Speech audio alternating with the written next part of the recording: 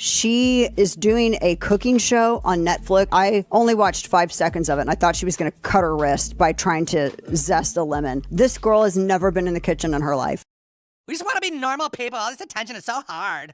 Isn't it true, sir, that your questionable wife has her own TV show and hangs out with celebrities and does fashion magazines? What are you suggesting?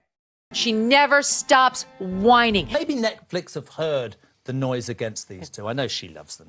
No. Meghan Markle Googled, is the race card an actual card? I love your Luke. Sorry, what's that? Your Luke. You look amazing. Your Luke. My Luke. My Luke.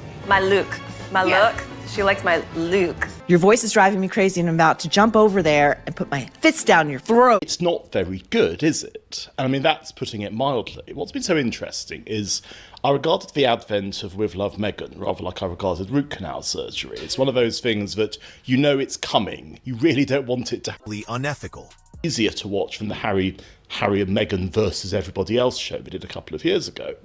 It's actually worse because the Harry and Meghan show at least had newsworthy lines, it at least had some purpose to it.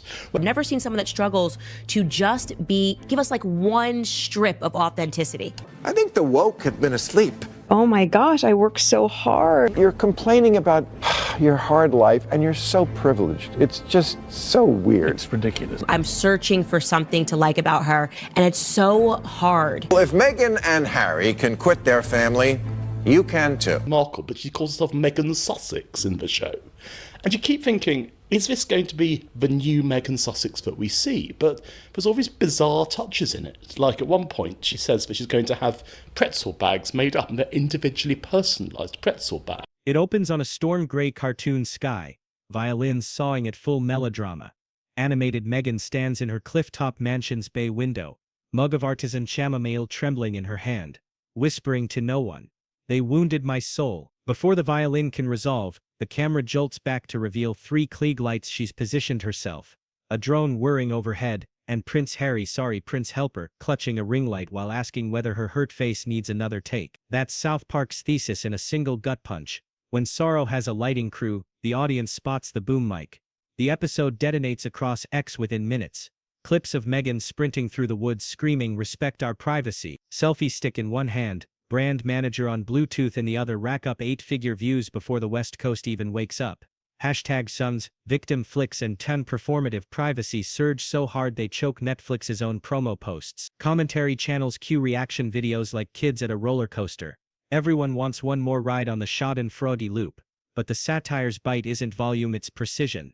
The writers dissect every over-curated beat from the real docuseries. Those endless slow-motion shots of herbal tea steam, here they're looped until viewers beg for mercy, ending only when cartoon Meghan barks cut, so Prince of Canada and his wife moved in across the street from me. They had this huge jet parked in front of my house, and then they kept trying to get me to buy their stupid book. Why are we so mad today? Because we want our privacy. Yes, it really is that awful. I may have blacked out from smacking myself in the head. I know that Daniel loves peanut butter. I'm still going to label this. You always want to be conscious if someone has a nut allergy. And there's another moment where this wonderfully demeaning and high-handed... Yeah. Yes, finally. Yes, hallelujah. I always have to give a preamble to whenever I talk about Meghan and Harry and say, I don't know them, I'm not haters, I don't care. But I think the way they have taken their 2 days, because they were really... She can swap to a mug whose font aligns better with her Heal My Aura slogan. The hushed confession, South Park dials them into parody as MR. Her whispers so breathy even closed captioning types inaudible self-pity. Flashbacks fade from solemn black and white to retina-searing color as soon as a luxury brand peeks into frame, just to hammer the point that trauma sells better with a product placement. And Harry, poor Harry, has been reduced to the saga's stagehand. He trails one pace behind, clipboard jingling with color-coded notes. Cue tears.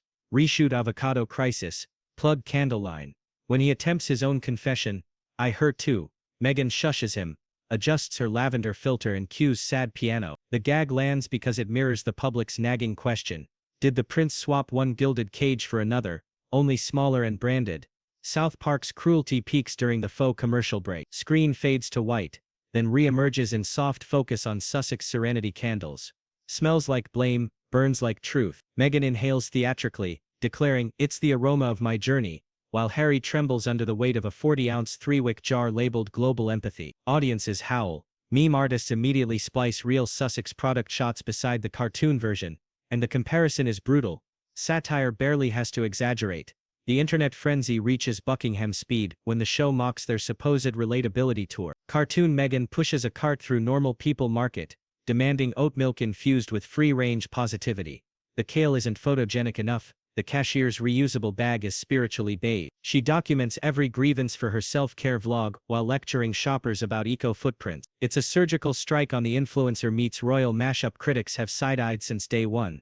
The monarchy's grandeur welded to California brand hustle, then presented as humble authenticity. Most savage is the meltdown finale. For your privacy. Hey, you! Hey! What are you looking at? You ever heard of privacy? What? I just think she's crying for sympathy, playing the victim, when there's nothing to be a victim about, and there's also no sympathy to be granted for this lifestyle that she's chosen to live. After a panel of in-universe pundits savage her 6-part journey to nowhere, cartoon Meghan flings her faux Netflix trophies, wailing that no one sees her truth slogans. Validate me, my struggle, my brand. Plaster the walls. Harry idly rehearses a jingle for their podcast sequel, Still Misunderstood. The satire isn't subtle. Build a palace of grievance and eventually you'll be trapped in the echo. Behind-the-scenes reported leaks claim Meghan labeled the episode cruel and tasked lawyers with exploring options, only to discover satire hides behind impregnable First Amendment armor. Every DMCA attempt spawns 10 reaction clips. The Streisand effect revs like a Formula One engine. Meanwhile, Netflix, already bruised by subscriber slumps, watches and victim flicks outrank its official marketing. Executives mutter that the South Park writers' room delivered a sharper review in 22 minutes than professional critics managed in 6. By dawn, even sympathetic commentators admit the cartoon crystallized in unease. When vulnerability feels packaged, audiences instinctively distrust it. The docuseries invited the world to feel. South Park invited the world to laugh at feeling pressed into a retail skew. And laughter once unleashed is impossible to wrangle back into PR talking points. The morning after the episode, Montecito's gated calm was shattered by the sound of generators, camera crews staking out the Sussex driveway before sunrise. A single-frame graphed image of Meghan peering through a curtain, eyes wide, phone pressed to her ear, hit TMZ by 7 a.m., and instantly became a meme captioned victim spotting. PR advisors urged silence. She reportedly told them, silence is complicity, and drafted a 1,600-word statement about misogynoir and animated hate. By noon it was still in Google Docs, buried under tracked change notes, asking whether satirical defamation is a legal term. What did emerge was a softer volley, a source close to the Duchess, telling Page 6 she was saddened but not surprised that a cartoon would mock a woman's lived experience. The quote was meant to reset the narrative. Instead it poured rocket fuel on it. Within an hour, South Park's official account tweeted a 4-second clip. Meghan's cartoon self shouting, "They're mocking my lived experience." I think a lot of the things they've done after leaving the royal family has been very tacky, in particular the Oprah interview. But I think this was probably the final straw for me because I just thought, wow, you're just running with it shamelessly, right? This is the Queen's Jubilee year, and you just have no shame in what you're doing. And I think people are sick of it. What else are they going to say? There's nothing interesting about them anymore. We've talked for ages about, if you don't want to be part of something and then you go there moaning about press intrusion, you sign this big deal. Delighted it's canned. I cannot handle experience while holding a clapperboard labeled Take 37. No caption, no commentary, just the punch. Retweets surpassed the docuseries trailer's original numbers by mid-afternoon. Across the pond, British breakfast shows had a field day. A stoic palace correspondent, usually allergic to laughter, nearly spit out tea when the host asked if Her Royal Highness of Streaming Rights planned a rebuttal tour. By lunchtime, the Daily Mail ran 3 separate opinion pieces, one declaring the episode the beginning of the Sussex brand's terminal decline, another predicting a new Oprah sit-down explaining why South Park's satire is colonialist, and a third simply counting how many times Meghan's Netflix series fades to black without finishing a thought. Answer 47. He's driving me crazy. The prince plays drums all day. I don't even think he has a job. And I don't know what the hell she does. Why they even left Canada is beyond me. And she seems to just boss him around and make him do whatever she wants. I mean, why did they even leave Canada and move to South Park anyway? You just can't leave us alone, can you? Oh my God, he's so obsessed with us. No more magazines and Netflix shows. We really can live a normal life. What matters is what we have on the inside.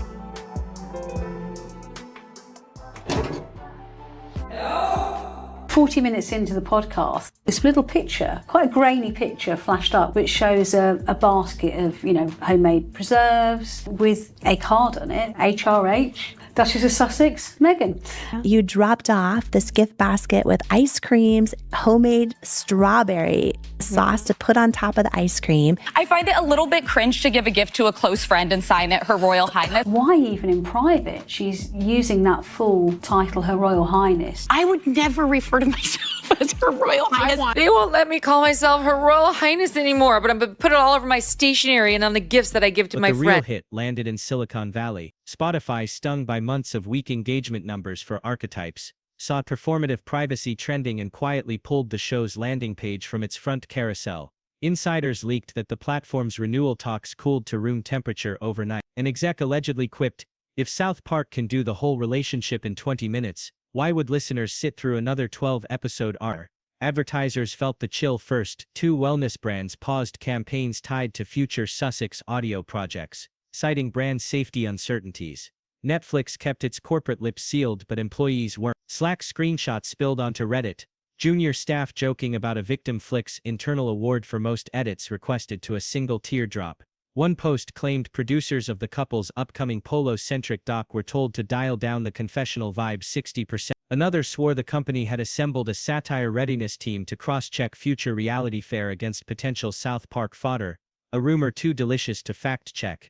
Back in the States, talk radio erupted. Joe Rogan devoted 15 scorching minutes to the fiasco, marveling that a cartoon had achieved what media interviews, think pieces, and palace briefings could not unite left, right, and apolitical meme lords in communal laughter. He compared the docuseries to a timeshare pitch. You sit through 3 hours of emotion to get a scented candle and a newsletter. The clip went viral on, of all places, TikTok, a platform the couple once eyed for a brand Gen Z commenters wrote things like, "If a cartoon can spot the inauthentic faster than an algorithm, maybe authenticity's not that hard." The most unexpected backlash, however, came from Hollywood peers. An A-list actress once photographed hugging Meghan at a Vanity Fair party posted a cryptic Instagram story, a vintage photo of Buster Keaton with the caption, "When silence does more than speeches." Entertainment writers rated as shade. By evening, a director who'd courted Meghan for a cameo tweeted, "Casting empathy is easier than manufacturing it." Industry perception shifted in real time. The couple's carefully nurtured image of enlightened modern royalty began looking less like prestige and more like prestige cosplay. Brands noticed. A sustainable fashion startup that had paid 6 figures for a single Meghan post quietly deleted the collab from its feed, citing social media optimization. A luxury tea house postponed its mindful morning with the Duchess pop-up, blaming supply chain delays nobody believed. Influencer agencies started circulating polite warnings. Client deliverables featuring the Sussexes may encounter elevated negative sentiment. Through it all, Netflix's metrics dashboard told the cruelest story. In the week after the South Park broadcast, the docuseries completion rate, a stat the streaming giant worships, dropped by a staggering. Viewers clicked in, watched an episode or two, then bounced to the cartoon clips trending on the same TV's YouTube app. For a company whose valuation hinges on minutes consumed, that attrition sounded like a klaxon. By Friday, Meghan's team floated a pivot, a philanthropic live-stream baking segment to reclaim the narrative. But internal emails leaked again. Advisors argued the optics of wielding a whisk days after South Park mocked her lemon zesting skills would only amplify the meme. The idea was shelved. Meanwhile, Comedy Central announced a rerun marathon titled Privacy Week, featuring the infamous episode twice nightly. A teaser promised unseen storyboard outtakes too raw for primetime, a cheeky nod to Meghan's brand language. Merchandise followed. T-shirts of cartoon Meghan holding the Sussex Serenity candle sold out within hours, outselling official royal memorabilia on Amazon UK for the first time ever. Somewhere in Montecito, crisis managers drafted fresh bullet points about resilience, service, and moving forward. But outside the gates, the culture had already moved on, snickering, screenshotting, replaying that single perfect frame, a duchess directing her own private sorrow under studio lights, while a cartoon reminds everyone that vulnerability sold by the ounce looks an awful lot like product. The weekend papers hit doorsteps with blaring front-page fonts. Lawyers called in South Park bloodbath. Royal reporters swore Meghan had retained the same London firm that once helped silence an invasive tabloid drone photo set. Stateside spin doctors tried to soften it. No lawsuit, just monitoring. But Fleet Street insiders leaked a draft letter accusing Comedy Central of malicious misrepresentation, and monetization of misogyny. If true, it would be the first time since Tom Cruise's infamous Chef episode that a South Park target even hinted at legal action. Trey Parker allegedly framed the cease and desist on his office wall next to the Scientology one. Legal threats only juiced the story. CNN wheeled out First Amendment scholars who explained the Streisand effect, while showing split-screen clips of cartoon Meghan demanding damages from big satire. #Jun Sucks suit trended within hours. Even normally sympathetic morning shows rolled their eyes. One anchor quipped, "She wants privacy and court documents are public record, right?" Behind the scenes, brand analysts dug into sentiment graphs. A Bloomberg dashboard showed Meghan-related positivity plummeting to its lowest point since the Oprah interview fallout. Disney Plus quietly postponed an animated voiceover cameo rumored to feature Meghan as a conservationist alpaca. Internally, executives feared the episode's jokes about performative activism would boomerang onto any family-friendly IP she touched. Harry's position grew stranger by the day. British veterans Arvidicians, once ardent supporters of his Invictus work, issued polite but pointed statements asking him to refocus on the mission. Tabloids interpreted that as code for drop the Hollywood circus. A leaked email from the Sussex office proposed a surprise visit to an Invictus training camp to reset optics. Another aide replied bluntly, "A photo op in camo right now will read like damage control. No trip was booked." While managers wrestled the narrative, South Park doubled down. Trey and Matt appeared on a podcast, laughing about how they'd kept rewriting until 2 hours before airtime because they kept feeding us new material. They claimed unused jokes included a Sussex mobile app that pushes notifications every time Meghan feels unheard. The clip racked up millions of views, and fans begged for a supercut. Netflix faced mutiny from within. A senior development executive, speaking off record to Variety, called the docuseries our own Fire Festival.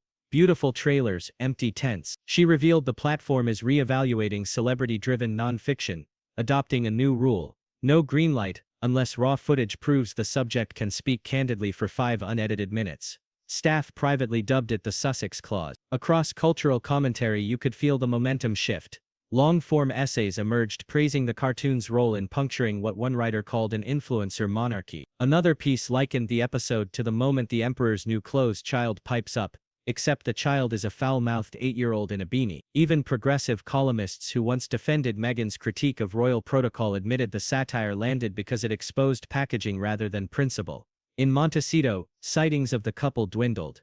Neighbors whispered that blackout curtains now covered every street-facing window. Paparazzi drones caught images of moving vans, just catering deliveries, said spokespeople, but rumors flew about an escape to an undisclosed ranch in Wyoming. Satirical headlines followed. Sussex says, "Seek privacy in state with lowest population density." Wyoming's tourist board jokingly tweeted, "We have room." PR advisors floated a rebrand: lean fully into philanthropy, cut all commercial ventures, and most radically, embrace real silence. The recommendation memo leaked, of course complete with a crisis temperature countdown. Every day without authentic engagement, at 3% brand equity. A handwritten note in the margin, presumed to be Meghan's, read "Define authentic." Meanwhile, South Park merchandise exploded. Fan-made "We Want Privacy" hoodies, featuring cartoon Meghan clutching a megaphone, outsold official Sussex charity merch on Etsy in 48 hours. One seller promised 10% of proceeds to mental health nonprofits in honor of everyone exhausted by performative vulnerability. Irony became currency. Monday morning, Nielsen numbers dropped. The repeat airing of the parody outrated 2 network morning shows combined. Netflix's internal dashboard flashed another red arrow. Completion rates for the Sussex docuseries slid an additional. A Slack message from a product analyst summed it up. Cartoons 2, Prestige, Neuro. By midweek, British bookmakers opened odds on whether the couple would cancel their next planned public appearance. A keynote at a tech summit about online kindness. The line moved fast toward cancellation. Organizers issued a vague statement about schedule realignment. Ticket prices fell on resale sites. South Park clips played on loop in the comment threads. Inside the palace, aides reportedly felt vindicated. One veteran courtier told a journalist, "Sometimes you just let time and cartoons do the talking."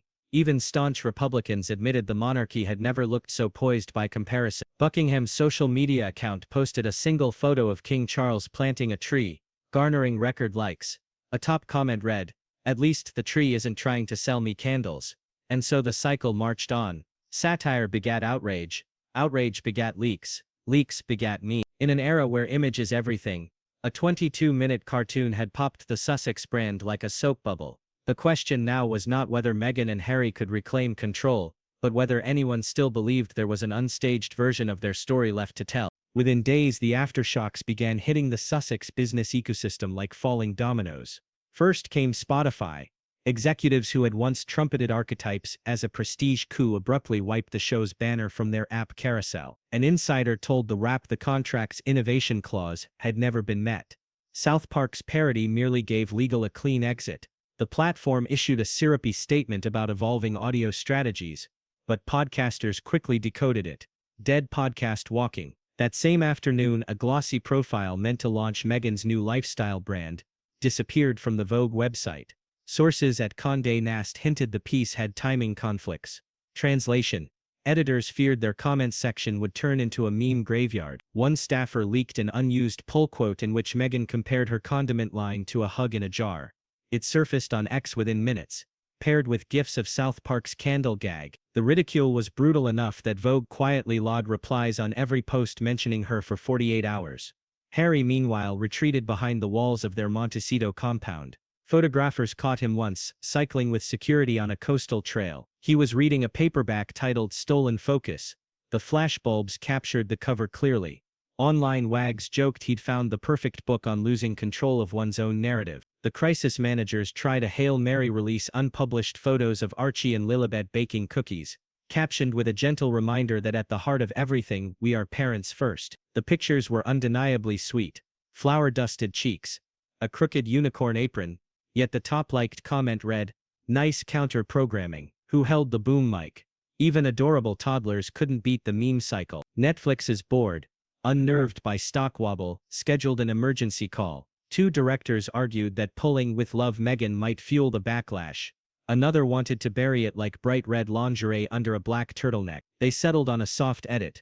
Reorder thumbnails, mute autoplay, shave 3 episodes down to 2 in international territories. Algorithmically, it looked like viewer fatigue. In reality, it was an attempt to cauterize a wound. For South Park, the chaos was a ratings miracle. Comedy Central commissioned a making-of special within 72 hours. In the teaser, Trey Parker strolls through the writer's room holding a giant privacy sign while chanting, look away," as cameras zoom close. Pre-orders for the season's box set spiked 300% overnight. An animation professor tweeted, "No satirist could ask for better proof of relevance." London tabloids smelled blood. The Daily Mail splashed Endgame for over a double-page spread charting every business deal since Megxit.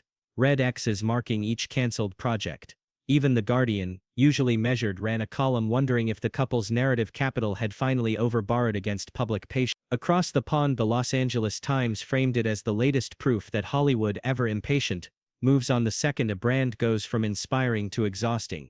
Amid the noise, a quieter story surfaced. A charity in Rwanda released a statement thanking the Sussexes for an unpublicized donation made months earlier, long before the parody aired. It was genuine, sizable, and unrelated to media strategy. Yet hardly anyone noticed. A viral joke always drowns out a sober footnote. Friends of Meghan reportedly found that the most painful lesson of all: once the audience decides you're a punchline, sincerity becomes invisible ink. Public relations textbooks will dissect this saga for years. But the final takeaway is brutally simple. In a world where everyone's selling a story, the first sale you must make is believability. South Park didn't ruin that for Meghan and Harry. It merely highlighted a credibility deficit already there. The show dangled a mirror and crowds saw what they'd suspected: choreography masquerading as confession. If the couple want a comeback, they'll need to choose between polish and truth, because 2025's audience can smell the difference through any camera filter. For now, the meme economy keeps churning. T-shirts, TikTok remixes, a deep-fake mashup of Meghan shouting "We want privacy" over stock footage of fireworks, 6 million views and counting. Whether the Sussexes fight, pivot, or finally embrace the quiet they once claimed to crave, the culture has moved on to the next punchline. And somewhere in Colorado, a pair of animators are probably writing it already. If you've stayed for all 4 chapters, drop your take in the comments and hit subscribe, because the next pop culture implosion is only 1 episode away, and we'll be there to break it down the moment the credits roll.